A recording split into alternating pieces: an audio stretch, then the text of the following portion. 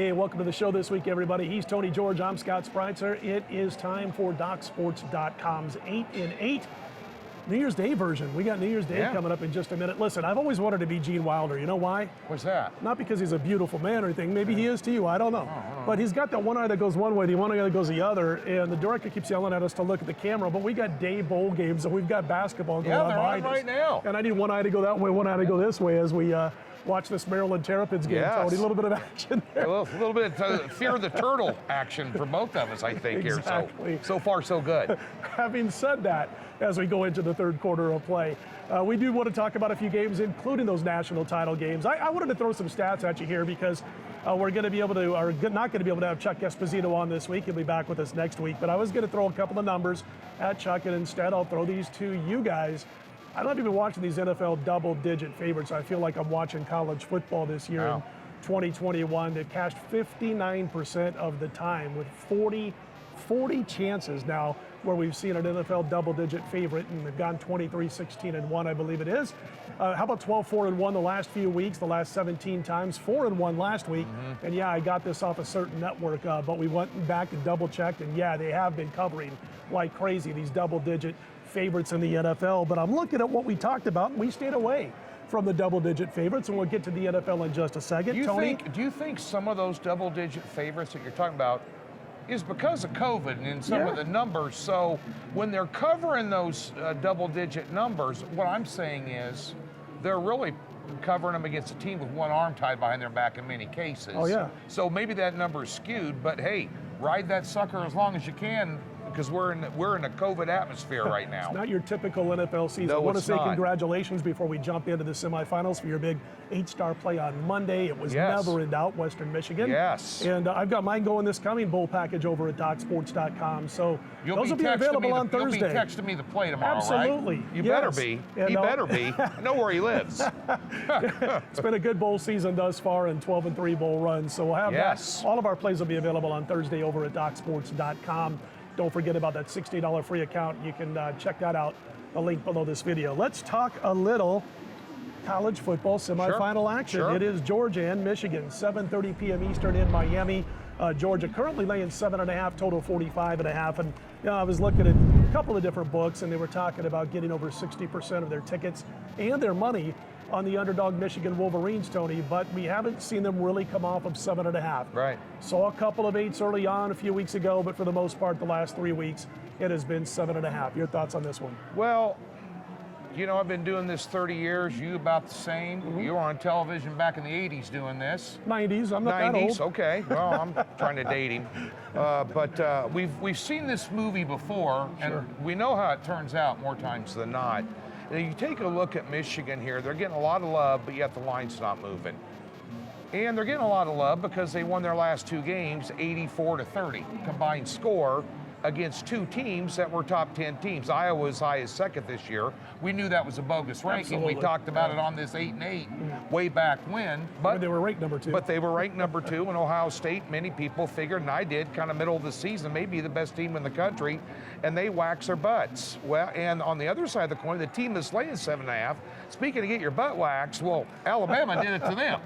So that being said, the issue here is that Michigan's strength plays into Georgia's strength, which is running the football, you know, with Corum and Haskins, and then you have the rush defense that's allowed 3 rushing touchdowns all year long, 2.6 yards per carry.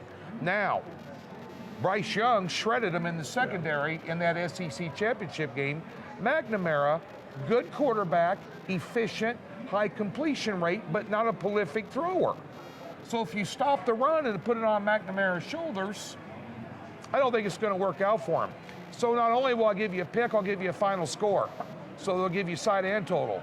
Georgia 27, Michigan 10. All right. That's what I'm calling. Speaking of BCS Final Four, David versus Goliath. Right here. Here you go. You've got Cincy catching 13.5. Total currently 57.5. These numbers have been pretty steady, Scott. The last week, I'm sure the general public is ready to hammer Bama here. You're probably going to see 14 by game day possibly here. But Nick Saban, right where he wants to be once again. Your thoughts here? Rat poison. That's Yep. that's the phrase. And you know, it's funny, before the Georgia game for Alabama, after they squeaked by Auburn and got some breaks on that clock, by the way, just the way things kind of fell, where Auburn could have wrapped that game up and, you know, just happened to go out of Yeah. bounds, stop the clock, and With the Bama got quarterback enough on time. one leg. Absolutely, and Bama My got enough goodness. time to be able to go down the field and get that game winner. After that happened, everybody just jumped ship, media-wise I'm talking about. Yep. Jumped ship, Alabama, they're not going to be Georgia, and on and on.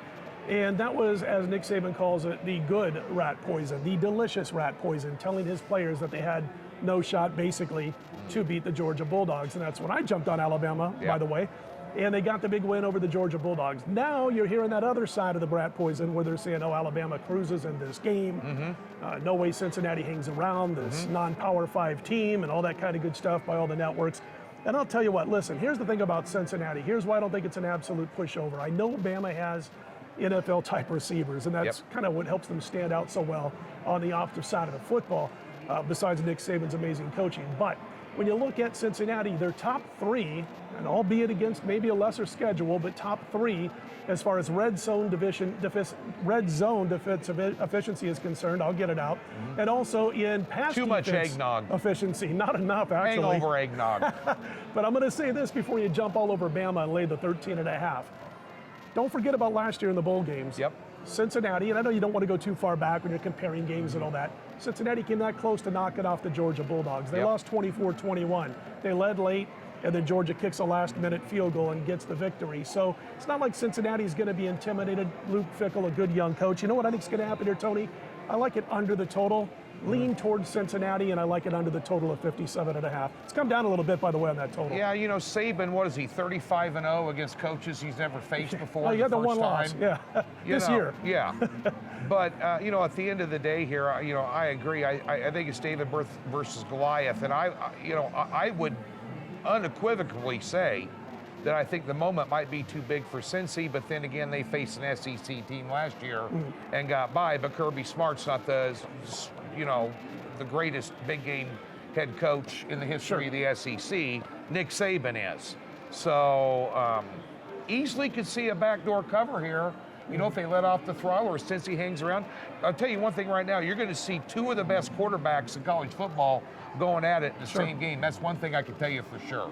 And Alabama not completely healthy at wide receiver, Right. but they've got such depth that it shouldn't bother them too much. But again, And I think it's going to be under. Cincinnati's running back played for Alabama twice Exactly. for 2 years, so they've got a little bit of game film on him as well. Absolutely. Listen, we're going to jump into the NFL now, but don't forget about the daily packages at DocSports.com. College basketball, NBA, NHL. So glad that we got the NBA and NHL back. 26-13 NHL run, 64% of the NBA. 64% in college basketball Unconscious. for this season. It's been ridiculous. This guy's unconscious right now. And guess what? We're not blowing smoke up your butt. Hashtag fact. It's been a real nice season thus far, and we hope it continues. Yes. When the calendar turns over to 2022, Raiders and Colts, Tony. Colts laying 6.5, depending on where you shop. Total 44. Of course, the big question in this one, and a game that is huge for both teams, and playoffs on the line, is whether or not Carson Wentz is going to play. They had the new NFL rule come out on Tuesday, which means he may still be able to play on Sunday. If not, it's going to be Ellinger making his first start. Well, 3-word pick, teaser on Indy. Tease them down to -0.5 here, because you don't know who's going to play quarterback. The one thing that concerns me about the Raiders is only once in 7 weeks have they scored over 17 points in a game. The offense is not working. That's the bottom line. Very concerned about the Raiders' offense here, the effectiveness of the offense, and their effectiveness at stopping the run. And by the way, Indianapolis has the best running back in the NFL. And I just think, so it doesn't make a difference to me who's playing quarterback. If Sam Ellinger's playing quarterback, by the way, he's no slouch. He's had to step in this year, didn't do bad, didn't embarrass himself, didn't look like Ian Book on Monday night, I can tell you that. But the bottom line here is the game plan's real simple. Turn around and hand the ball off, you know, and I'll guarantee you, if you've got, you know, Taylor on your fantasy team, you're going to be real happy this weekend. And I just think they're going to be able to get over simply because the offense that the Raiders are employing right now is broken. It's not working. And bear in mind, they've won 2 weeks in a row. They're coming back. Well, they faced backup quarterbacks 2 weeks in a row. They might face a third backup quarterback 3 weeks in a row. But at the end of the day, for me, I just think Indianapolis is too strong up front. They're getting a lot of their offensive line back. Look what they did last week without their offensive line against Arizona. This is a good football team. This is a playoff football team. But I'm going to go ahead and tease them down to -1/2 here as part of a teaser this weekend. Find your best game you want to stick them in with the teaser with. But I tell you one thing, I don't see the Raiders winning this football game. I just don't. Their offense isn't good enough right now this time of year. Their offense is declining while the efficiency of the offense of the Colts, Scott, is going up the chart. And I think it makes a difference here on Stack against Sunday. the run, make Ellinger beat you. I mean, that's what they got to do. And, and, you know, Jonathan, if you're voting for MVP, it's Brady, Rodgers, Jonathan Taylor. There's your top three. Yeah. And they've got to stack the run and force Ellinger. Or if Carson Wentz plays, Carson Wentz to go upstairs and beat him. That's what they got to do. Derek Carr might be in a Seattle Seahawks uniform next year. So I'm not real high on, that guy's got talent, Tony. Yeah. Just kind of getting off track here for just a second. Derek Carr has talent. There's no doubt. Yes, he does. NFL starting talent, but he's not a great leader on the field. No. Hasn't learned how to win games. And of course, he's had no coaching staff since Gruden was fired. Basically no direction from this coaching staff. And you might see a little bit of Mariota if they continue to Actually, he might be out. Check that out, too. That's something that came out today just a little while ago. I missed that. COVID issue. And so all these COVID issues, you got to check out throughout the course of the week. And bear in mind, we put all of our football picks out on Thursdays, folks, at DocSports.com. Company policy. Scott, the rest of the roster. If you buy those cards, and then there's a game on that card that comes Saturday morning or Sunday morning that's affected, use common sense. You can either hedge back, don't bet it, whatever. Usually we say bet right away because we give you them early for the best line. But now when you get those games, I think you hang on to those games a little bit, wait till the last minute to make sure that a Carson Wentz, that a Kyler Murray, that a Patrick Mahomes, doesn't come down with COVID-19 when you're sitting there hanging a number with the best player off the team. Well, it's like I'll give you an example. Last week we were talking about the Ravens game, and we thought that it would be Huntley at worst going for the Ravens. I took him on this show and teased them. And what happened was obviously by Saturday we found out that it wasn't going to be Huntley. They were looking for Burton Jones. I mean, that's how bad things were. Come back and play a little football was going to call plays for him. And you saw what happened to the Baltimore Ravens. Yes, and by the way, it's my turn. I'm sorry. There is a big one here, and I got a kind of an introduction for this game. The Cardinals headed to the Cowboys here, and at the beginning of this season, I was saying the Arizona Cardinals are contenders, and the Dallas Cowboys are pretenders. Now it's the other way around, it seems, Scott. Arizona in free fall, Dallas looking like they got it together. An unbelievable offensive output the other night. Kellen Moore's calling some great plays for them. They're mixing it up. They're spreading out the field here. They're at home. The look-ahead line on this was 2.5. Public loves them. It's up to 5.5 and 51 right now, Scott. Got over 50 players on a roster, and I think each one of them had both of their feet shot by themselves last week when you talk about the Arizona Cardinals. I mean, just a plethora of mistakes throughout the course of that game in the loss. Now, here's the thing.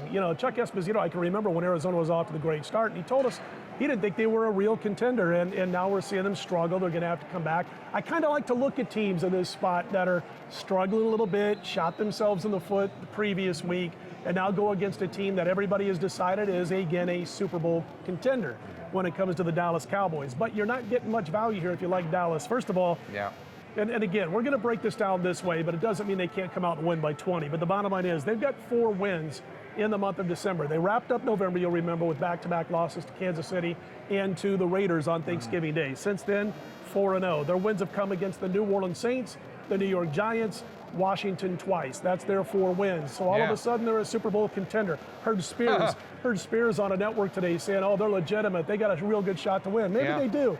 But the bottom line is I'm not ready to jump on, and I'm all about playing lines rather than teams. So there's rat poison, to borrow the Nick Saban line. That is the theme of today's show. That's going to possibly hurt the Dallas Cowboys when it comes to what's going on at the betting window. As far as Arizona, from 10-2 now to 10-5, everybody's saying Kingsbury's out the door. Is he the right man to coach this team and take them to the next level last season? I mentioned they made a bunch of mistakes. Legitimate argument, by the way. That is a good argument if they falter and continue to lose. Bunch of mistakes last week against the Colts. They also lost to the Rams. All right, Detroit, you can't lose to Detroit, but it was kind of sandwiched in between the Colts and the Rams. I could see where there'd be a little bit of a lack of focus, although you shouldn't get beat 30-12 by the Lions, but that's what happened. They are 7-1 straight up and against the spread on the road this season. They're a good road team. Lean towards Arizona here, Tony. I think Yeah. that people are jumping ship and jumping on Dallas. I honestly think you hit the nail on the head here. I honestly think that Kingsbury's coaching for his job here this game. If you can't bring your team dialed in for this one, you can't coach them up for this game and put on a performance. Even if it goes back and forth all day long, say they lose by 2 or 3, but they really showed a lot more moxie because the last 4 weeks they've just been dead in the water, and it's a little bit scary, Absolutely. actually. Yeah. Hey, we haven't talked about your team Yeah. for the last couple of weeks. Yeah. That team would be the You oughta Kansas be. City Chiefs, 8 straight wins, You oughta 6 be. straight covers, playing great football, and Yep. under head coach Andy Reid, they just don't tend to let up. And a lot of Yep. times in the NFL, I'll look to go against teams that are on these 5, 6, and in this case, 8-game win streak because they do become devalued by that win streak. But with this team, again, you're talking about Andy Reid. They normally stay focused and focus on the task at hand. Here's the problem with the Bengals. Normally, I'd love to jump against KC in this spot. What worries me a little bit about Cincinnati, they came off that big win last week where they got the sweep against Baltimore. And I know they were without their top 2 quarterbacks, Tony, talking about the Ravens. But the bottom line is, the last time they beat the Ravens earlier this season, huge game for them, they go out and they get beat by the Jets. They go out and they beat the Steelers. They get beat by 19 points by the Chargers. This team's got to stay focused off a big win against a divisional opponent.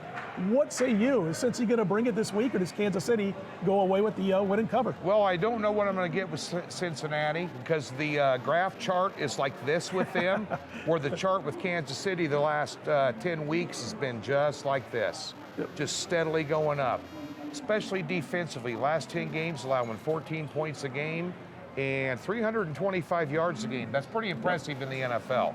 And that's one sneaky thing that Kansas City's done their last 2 years. They started out where they wanted to get rid of the defensive coordinator in the middle of the season, and we're going to lose it all. And then Spagnuolo has a way of just getting them to play and starting to gel. Getting Ingram in there was a huge deal for them. At end, they're going to be totally healthy this week. They get Kelsey. Look what they did last week without Kelsey. I mean, they got a full complement of players offensively, and you know exactly what you're going to get. That defense, let me tell you something. Baltimore had one arm tied behind their back on defense last week. They had a bunch of guys out. Kansas City can expose them 6 ways from Sunday. Kansas City by a touchdown. I'll lay the 5.5 here, Scott. Sounds good, man. That's your team. Well, if I got to throw this at you right now. The heart and head, but that's the head here.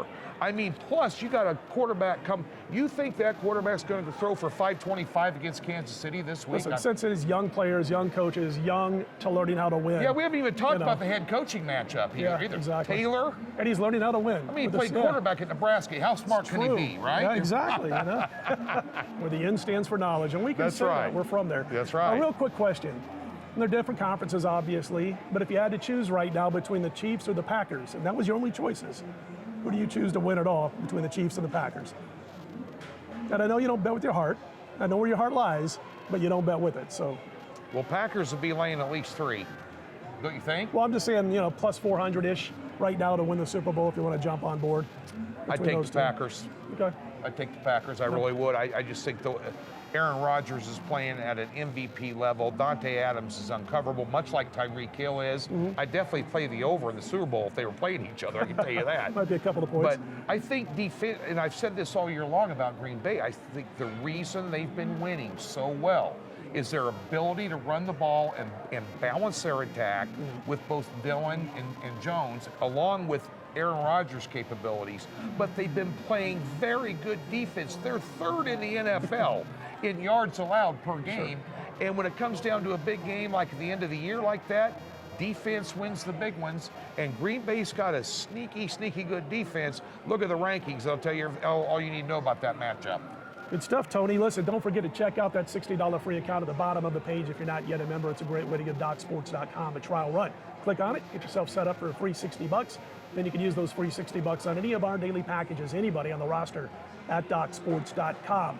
And by the way, Thursday afternoon, we will be posting all the plays for the next few days. That'll take you right through the weekend. That means you're going to get college football semifinals, all that good stuff, and this week in the NFL. For Tony George, I'm Scott Spreitzer. For Chuck Esposito, the awesome Red Rocks Racing Sportsbook. Yep. Let's put them in the win column, everybody. We'll see you next week.